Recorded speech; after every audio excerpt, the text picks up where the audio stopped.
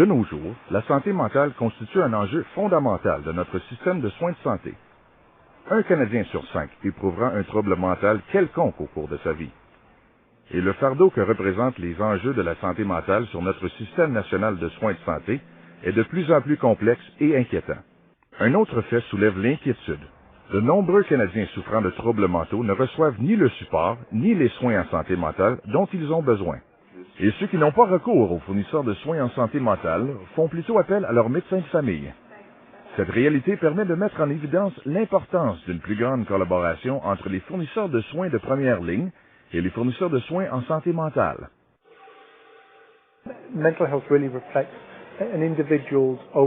La santé mentale reflète la capacité d'un individu d'établir des liens et de participer dans sa communauté, d'être capable de répondre aux besoins des autres et d'être en mesure de demander pour de l'aide lorsque c'est nécessaire. Je crois qu'il faut éviter de considérer la santé mentale indépendamment, mais plutôt comme un aspect qu'il faut intégrer dans le traitement des individus qui ont un problème de santé. La maladie mentale ne tient pas compte de l'âge, du genre ou de l'origine ethnique. Le terme est utilisé pour indiquer divers troubles mentaux. L'anxiété, les troubles de l'humeur, de personnalité et alimentaire, la toxicomanie, la dépression, la schizophrénie et autres troubles.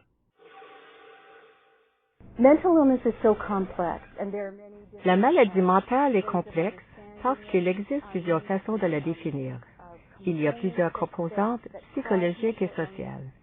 Et une façon pour les fournisseurs de soins de la définir est par une approche médicale et clinique. Mais on peut aussi la définir de d'autres façons, donc, entre autres, par l'approche sociologique de la pauvreté, des sans-abri ou par la culture. Nous savons que la santé, comme elle a été définie par le système canadien, représente beaucoup plus que l'absence de maladie.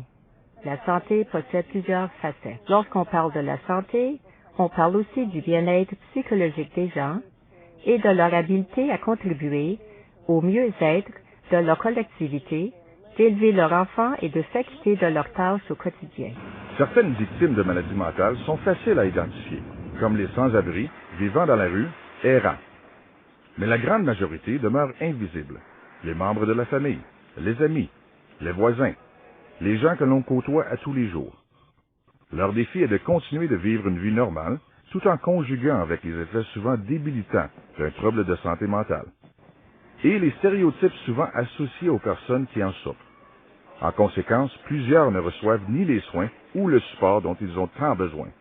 C'est ce qui est arrivé à Justin Perkins, le fils de Cynthia Clark, dont les signes avant-coureurs de la schizophrénie n'ont pas été diagnostiqués pour plus d'1 an. Le support auquel ils attendaient était tout simplement inexistant. Lorsque nous avons réalisé combien c'était difficile pour nous, on en est arrivé à la conclusion que c'était difficile pour les autres aussi. Beaucoup de familles sont simplement dépassées et la majorité ne bénéficie pas du support comme nous, de leur famille et amis. Le petit extra d'énergie nécessaire pour se battre à identifier et assurer l'accès à ces ressources est simplement au-dessus de leur capacité. Le mode traditionnel de livrer les services de soins de santé doit être considéré. Présentement, les gens sont portés à se déplacer pour avoir accès à leurs services. Maintenant, ces services doivent être livrés plus près de la maison et également où les problèmes se trouvent.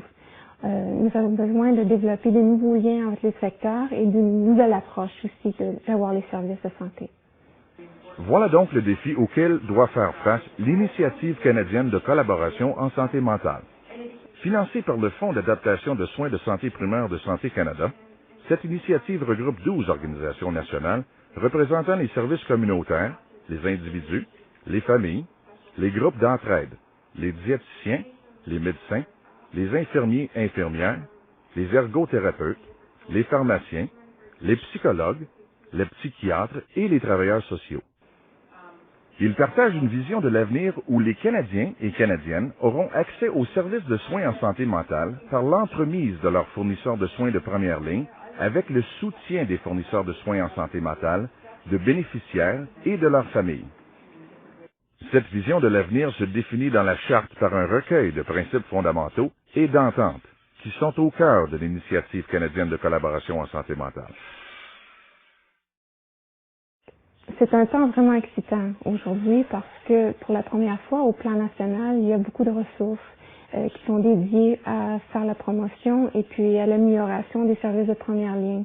Et puis, dans le domaine de la santé mentale, on a la chance finalement de vraiment améliorer l'accès aux services dans les soins de première ligne. Plusieurs professionnels croient que la collaboration est l'élément essentiel pour assurer une prestation de soins en santé mentale de qualité au Canada. La collaboration est le processus par lequel les consommateurs, les fournisseurs de services et les collectivités, chacun possédant sa connaissance, son expertise, son expérience et ses avantages, travaillent en partenariat de façon à fournir une prestation de services intégrée aux individus souffrant de troubles mentaux. Il existe diverses façons d'atteindre la collaboration, comme par exemple de référer le patient à un fournisseur de soins en santé mentale dans le cadre d'un programme d'intervention. Ce groupe de professionnels participe à un projet pilote. Ils répondent aux besoins de médecins de famille en partageant leur expertise. Ils collaborent donc dans la prestation de soins et de services de support au sein d'un milieu familier et confortable. La télésanté mentale est une autre façon d'assurer la liaison entre les fournisseurs, les consommateurs et les intervenants dans le cas où la distance ou l'isolation constitue un facteur déterminant.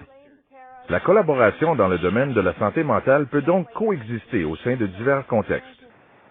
Une vision de collaboration dans la prestation des soins en santé mentale axée sur les usagers se caractérise par des usagers impliqués de façon active dans la sélection et la prestation des soins et d'un système de soutien qui répondent à leurs besoins et objectifs. L'accès à un système de soins et services avec un minimum d'obstacles. Nous croyons vraiment qu'une approche collaborative sera une partie de la solution.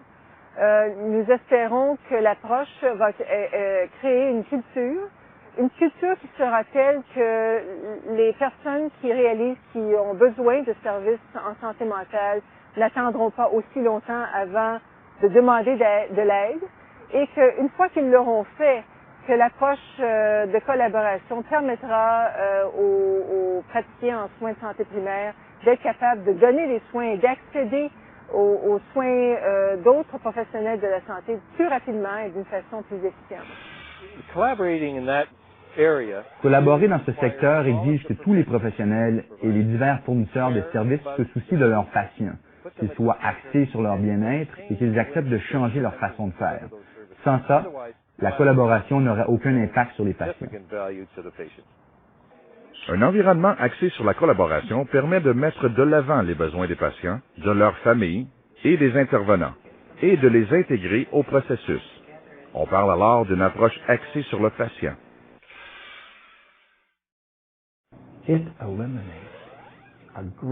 Ça élimine un certain stress et ça évite de trop s'en faire parce que les intervenants travaillent 365 jours par année. Mon fils et tous les gens qui reçoivent des soins dans un environnement axé sur la collaboration bénéficient d'une prestation de soins de meilleure qualité et tout ce dont ils ont besoin pour un prompt rétablissement. Si la collaboration demeure un but à atteindre dans plusieurs régions urbaines, elle est indispensable dans les régions rurales et du Nord. Ici, il n'y a aucune alternative. La collaboration nous aide à offrir un service de qualité à nos clients.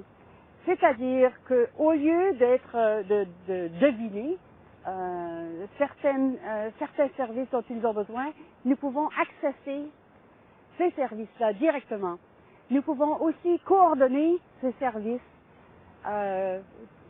tels que les clients n'ont pas à courir d'un bureau à l'autre, mais peuvent venir à une place où ils peuvent accéder ces services. La collaboration peut s'observer dans divers contextes dont les circonstances et les mises en pratique varient d'un endroit à l'autre.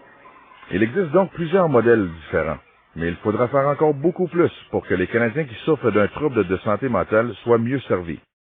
C'est ce que vise l'Initiative canadienne de collaboration en soins de santé mentale, soit de saisir l'opportunité qu'offre la réforme du système de soins et de santé de première ligne afin d'accroître la collaboration interdisciplinaire et améliorer les services.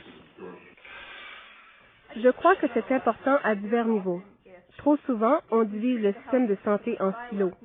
Le patient rencontre son médecin de famille et lui parle de quelque chose. Ensuite, avec son psychologue, il discute de quelque chose d'autre. Il en fait de même avec son travailleur social. Cela ne bénéficie ni le patient, ni notre système de santé ou le contribuable. Si on pouvait tous collaborer et chacun contribuer notre part, à ce moment-là, tout le monde y gagnerait. Cette initiative regroupe un vaste éventail de fournisseurs de soins en santé mentale et de soins primaires de façon à établir des rapports fondés sur la consultation. Plusieurs évaluations nous permettent de confirmer que les médecins de famille qui participent à une initiative de collaboration en santé mentale possèdent une meilleure connaissance et font preuve d'une plus grande assurance lorsque vient le temps d'adresser, de diagnostiquer ou de traiter un trouble de santé mentale. Du médecin de famille au travailleur social, chaque discipline fournit donc un service qui contribue à une prestation de soins complète, visant au mieux-être du bénéficiaire. C'est le pharmacien qui est l'expert des médicaments dans le système de santé. C'est le pharmacien qui est l'expert sur l'équipe des soins de santé et qui garde tous les renseignements sur les médicaments d'un patient dans un dossier. C'est le rôle du pharmacien d'aider les patients, de gérer les effets secondaires des médicaments, et c'est le pharmacien qui peut aider les patients, de dire les meilleurs des médicaments pour les meilleurs résultats.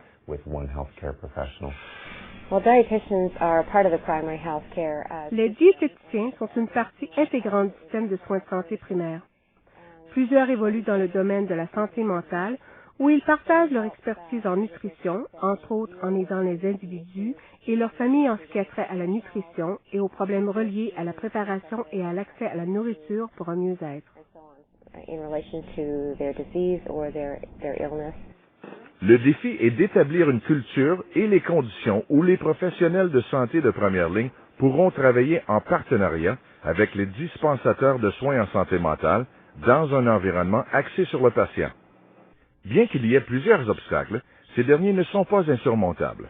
Grâce à la participation des intervenants clés des domaines de la santé mentale et des soins primaires, l'Initiative canadienne de collaboration en santé mentale s'efforcera de développer des stratégies visant à promouvoir et accroître la collaboration dans les prestations de soins en santé mentale de façon viable et rentable. Le premier résultat de cette initiative sera d'établir une charte, une vision commune de collaboration dans le domaine de soins en santé mentale au Canada. Pour ce faire, il faudra faire appel aux divers intervenants du milieu, consommateurs, soignants, fournisseurs de soins, éducateurs et décideurs responsables d'élaborer les politiques et de déterminer le financement partout au pays. Pour que cette charte soit une réussite et que cette vision devienne une réalité, votre participation est essentielle. Est-ce que vous ou votre organisation supportez la collaboration dans les prestations des soins en santé mentale?